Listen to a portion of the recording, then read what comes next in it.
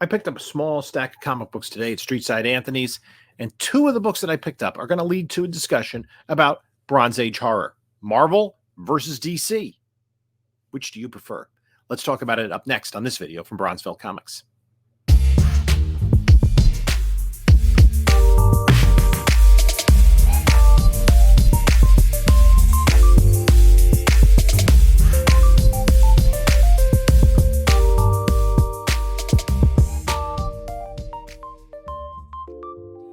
Hello, panelologists. This is Jim from Bronzeville Comics coming into with another video.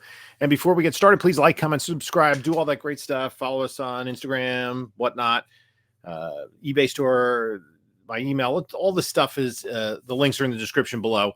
So we're going to take a little bit of showing books that I picked up today. And then I want to kind of do a little history lesson / discussion of Bronze Age horror. And I had... I think it was at the Clifton show last week. Somebody, I forget who it was. We were having a discussion and it's like, oh, DC horror is much better than Bronze Age horror is much better than Marvel's. I'm like, it's different. And a couple of the books I picked up here are going to be emblematic of that because the two companies took different tacts in the late 60s, early 70s and how they dealt with horror comic books. And I think collectors probably have a preference for one or the other, and it's a completely personal preference. But first, I went to Streetside Anthony's, and I picked up a handful of books. He had just gotten in a crazy collection, and people had jumped on some bigger books. I went through, and I picked up a few issues, later issues of Hardware, these milestone comics. I had stopped collecting them, and I picked up some of the statics recently towards the end of the run. So that was issue 41. 47, and then Icon 37, Icon 38, and Icon 40. I forget exactly how many issues these series ran, but they all kind of stopped around the same time. Now, I do think that these are interesting characters, and they're characters, if you're going to talk about spec, I'm not really picking these up for spec. I'm picking these up to finish my runs. But a lot of people have been looking at static. Icon and Rocket were heavily featured in the Young Justice TV series, and they do offer some interesting characters that James Gunn can play with in his toy box, potentially. Then I picked up this book, just a Bronze Age key. This is the first appearance of the Human Target, also a great Neil Adams cover with Superman and this photo background of, I'm pretty sure that's New York City in the background. I picked up a really high grade copy of this last week. And this is one of these books. I just see it for the right price. And I'm like, Human Target. Human Target had his own TV show. What was that, about 15 years ago? And that's his first appearance in there. So then the last two books I picked up, and these were from that collection. Somebody had picked up a Marvel Spotlight 5. There were a couple of Ghost Rider 1s. There was actually a first Punisher. And people were getting some really great deals on some really cool books. So these are the two books I picked up. This is Man-Thing #1. This is a volume 1 from 1973. And this is a Bronze Age horror book. Obviously, Man-Thing had gotten really popular when he was in the Werewolf by Night special. And this book had gotten all over hot lists. It's a pretty decent copy. I have never had this book before. So I kind of saw it, right price. I picked it up. And then the other book I picked up, which is Bronze Age horror, kind of. And it's also superheroes at the same time, completely the same time. And I've never had this book either, I don't think, is Amazing Spider-Man 124, the first appearance of Man-Wolf, who is John Jameson, J. Jonah Jameson's son, who's an astronaut, and I don't know, was it the moon or whatever, causes him to become a werewolf. And that kind of got me thinking about the question that somebody had asked me about DC Bronze Age horror, that they preferred it over Marvel. And I said the two companies went in completely different tracks in how they approached the horror genre in the late Silver Age and then in the Bronze Age. And my basic separation between the two is DC went very much more towards anthologies, and Marvel went steered kind of clear of the anthologies. They did publish them, but didn't really stick with them, and they went with continuing characters. Where DC really, horror only had like maybe 2 horror characters that premiered in the early Bronze Age that continued. So let's take a look. I wanted to just kind of break it down and take a look at how the two companies approach it a little bit differently. We'll do a little bit of a history lesson on Bronze Age horror, but we're going to have to start in the Silver Age. And we're going to start with neither Marvel nor DC, but with Warren magazines. Creepy #1, which came out in November of 1964. And here's the big difference. This is the distinction. This is kind of what opened the door for horror. It was a magazine. And as a magazine, it wasn't under the Comics Code Authority. Now, those of you that are at all familiar with the history of comic books, just to give a quick history lesson, the pre-code horror of the early 1950s, that's a very popular genre among collectors, came about, and EC Comics spearheaded that, and they, as superhero interest was waning, it was one of the genres that really gained in popularity in the early 50s, but it also led to Frederick Wortham publishing The Seduction of the Innocent, which he posited that comic books led to juvenile delinquency because 85% of the juvenile delinquents that he dealt with professionally read comic books, not looking at the fact that at that time, 85% of probably all kids read comic books. And Stan Lee had countered that argument in both Penn Bolton in the 1960s. But it did lead to Senate investigations. It led to comic book burnings. And there were grotesque comic book covers and comic book content in the early 1950s. And parents were concerned that their kids were seeing this material. And they went to, and so the comic book industry decided to install the production code and kind of, sort of like the movie industry did with the rating system in the late 1960s, kind of police themselves, or that they had done with the Hayes office in the 1930s in motion pictures. And any book from the mid 50s on, most any book you'll see with the big comic code stamp. It was very large to begin with. And that was the thing. And they eliminated the horror genre, essentially. So the magazines started to pick that up. But then DC, and this had some of the artists like Joe Orlando and Bernie Wrightson were working on this magazine. Some artists that became crucial in the Bronze Age of horror. Now, the Bronze Age of horror really started in the Silver Age. And DC's first horror comic was House of Mystery 174. House of Mystery had been a science fiction title for a long time. Had been, had the adventures of Dial H for Hero for a while. John Jones was in the book. And so it was one of the anthology titles that DC had that had rotating characters. House of Mystery 174, cover dated June 1968. Still very much in the Silver Age, had this cover. Now, there's no denying that this is a horror comic book. And it's a 12 center. It's fairly early on. With kids and this, kind of grotesque, almost skeletal hand. And it switched over from kind of Dial H for Hero and other kind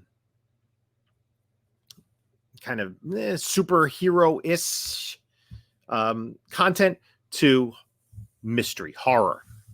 And this cover is by Carmine Infantino and Joe Orlando.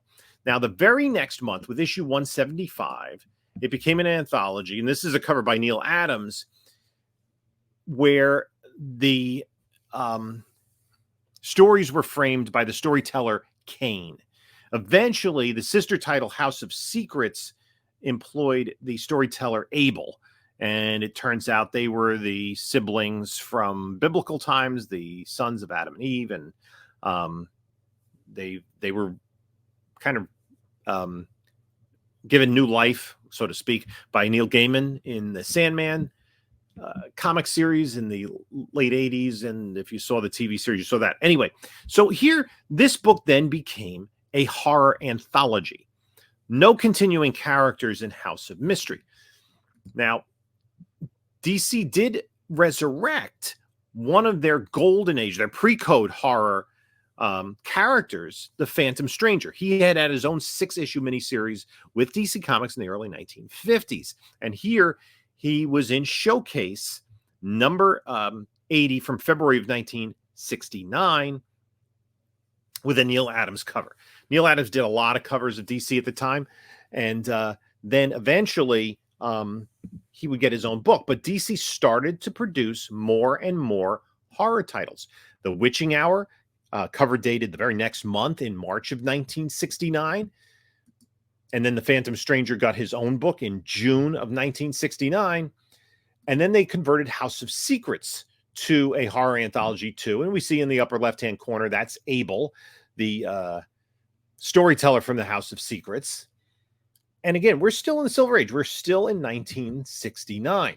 Now, interestingly, around at the same month, or at least the same cover date, I'm not exactly sure how they appeared on newsstands, but Warren Publications, which was doing the creepy comics, came out with Vampirella with this Frank Frazetta cover. Again, this is a magazine. I'm going to talk about the distinction in just a minute. Magazines were not comic books, so you're not under the Comics Code Authority. Mostly black and white stories, but they could be much more adult in nature. And again, this is 1969. This is right after the motion picture production code went into effect. So you're getting these more adult comic book magazines. I mean, the stories were comic book stories, essentially. They're the same kind of storytelling techniques in terms of panel layout and page sequence that you would have in a comic book you had in these magazines. Now, also in that very same month, DC, which had brought back a title that they had published in the 50s, The Unexpected, also became a horror title. It had, was it Johnny Peril in the previous issue? And then again, also cover dated May 1969, they went here, Journey to a Nightmare. So this is more crime-ish, but it did very much veer into the horror anthology. Marvel got in on the act. And again, the same month, September 1961, I believe this is a Steranko cover, Tower of Shadows, an anthology by Marvel Comics. And then they followed it up the next month with Chamber of Darkness, another anthology. And much like DC, they had, I forget who exactly the storyteller is, kind of the Crypt Keeper kind of character who would introduce each of the stories in the anthology. Now, Marvel had done kind of horror anthologies, monster anthologies back in the pre-superhero days in the late 50s and early 60s.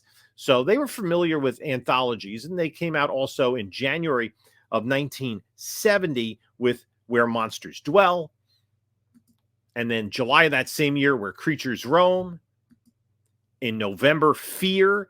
But these were, and the other books quickly became more reprints. And you can see this book, The Dweller in the Black Swamp.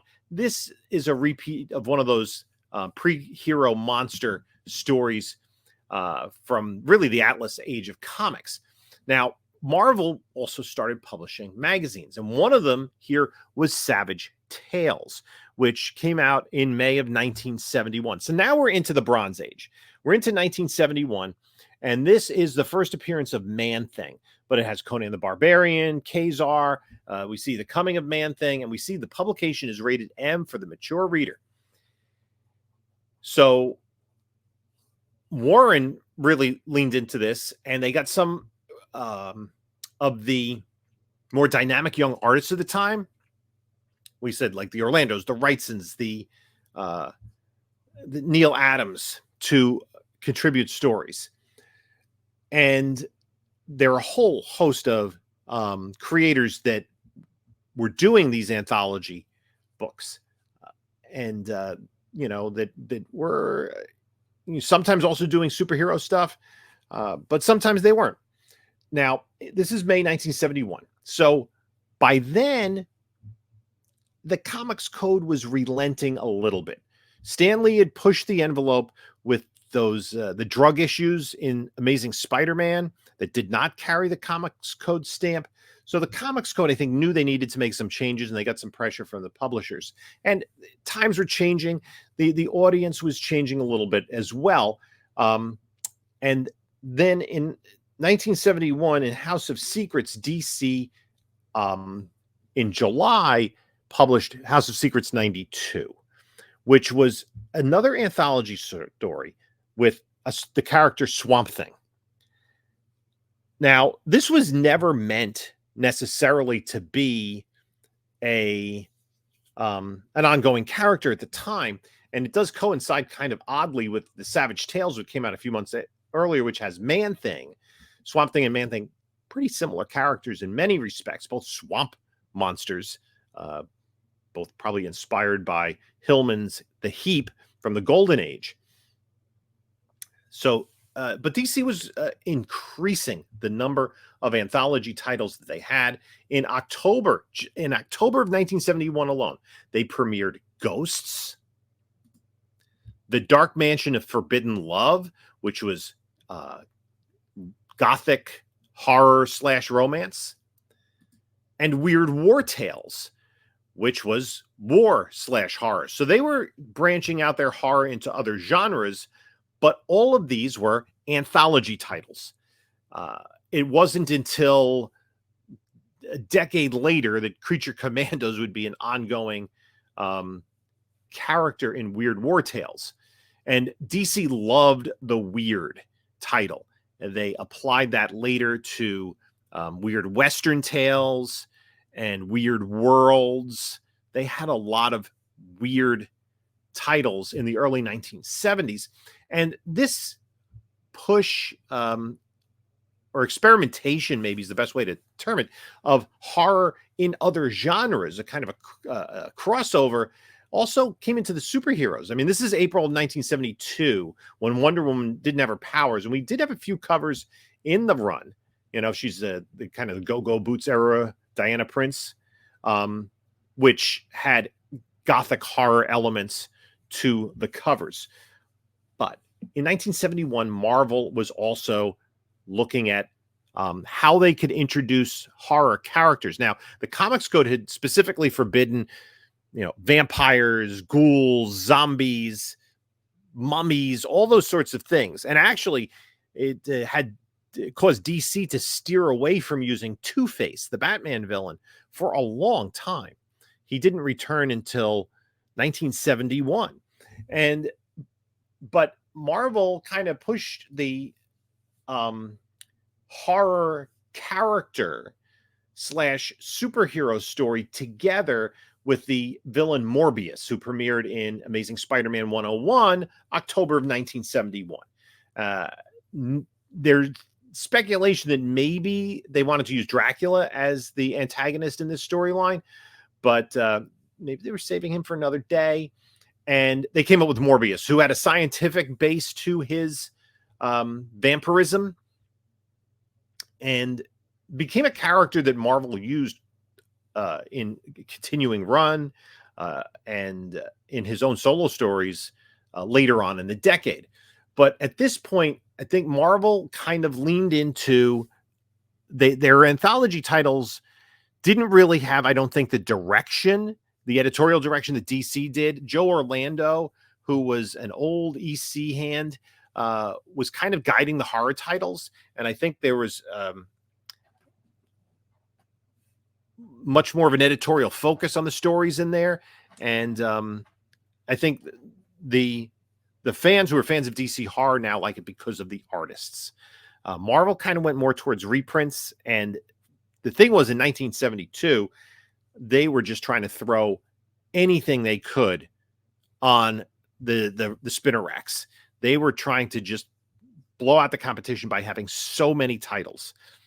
And they went into the horror, but what was successful for them with horror whereas DC was successful with the anthologies, were horror-based characters, and more or less around Universal Studios kind of horror characters. Now, they did have some latitude with a comics code because the comics code recognized the literary history of these types of characters. Mary Shelley's Frankenstein, Bram Stoker's Dracula. So Marvel came out with Marvel Spotlight 2 in February of 1972, the first appearance of Werewolf by Night, similar to, the Wolfman in the old Universal films. And then 2 months later, in April 1972, The Tomb of Dracula with Dracula. Both of these covers were by Neil Adams, and that series lasted for most of the rest of the decade. 4 months after that, Marvel Spotlight 5, which premiered Ghost Rider, which is a very unique character at the time and definitely had the horror elements, and he quickly got his own ongoing series. Now, DC did jump into the fray with a couple of horror characters in 1972 as well. One, created by Jack Kirby, after DC kind of had him give up on his Fourth World titles. He came out with The Demon in September 1972. And then the very next month, the Fear anthology title switched over to ongoing stories featuring Man-Thing for 10 issues. And then the very month after Man-Thing jumped into Fear, Swamp Thing got his own title in November of 1972. So Demon and Swamp Thing were the two characters that persisted in terms of horror characters from DC. Both of their titles were rather short-lived, but they did have resuscitation, specifically Swamp Thing, who obviously under the Alan Moore auspices in the 1980s, he got his own title. Moore took it over, and then that ran for well over 100 issues.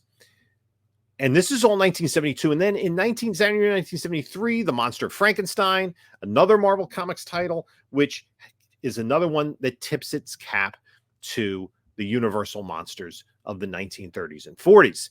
But Marvel did, and this was because also in 1972, they were just trying to throw stuff on the shelves. October, Journey into Mystery, #1.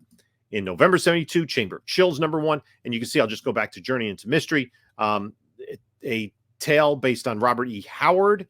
This also contains the first appearance of Lady Death in Marvel Comics. Chamber of Chills, Tale of Fear by Harlan Ellison. So they were kind of promoting the literary aspect of these horror anthologies. Supernatural Thrillers, #1, from the world famous Chiller by Theodore Sturgeon.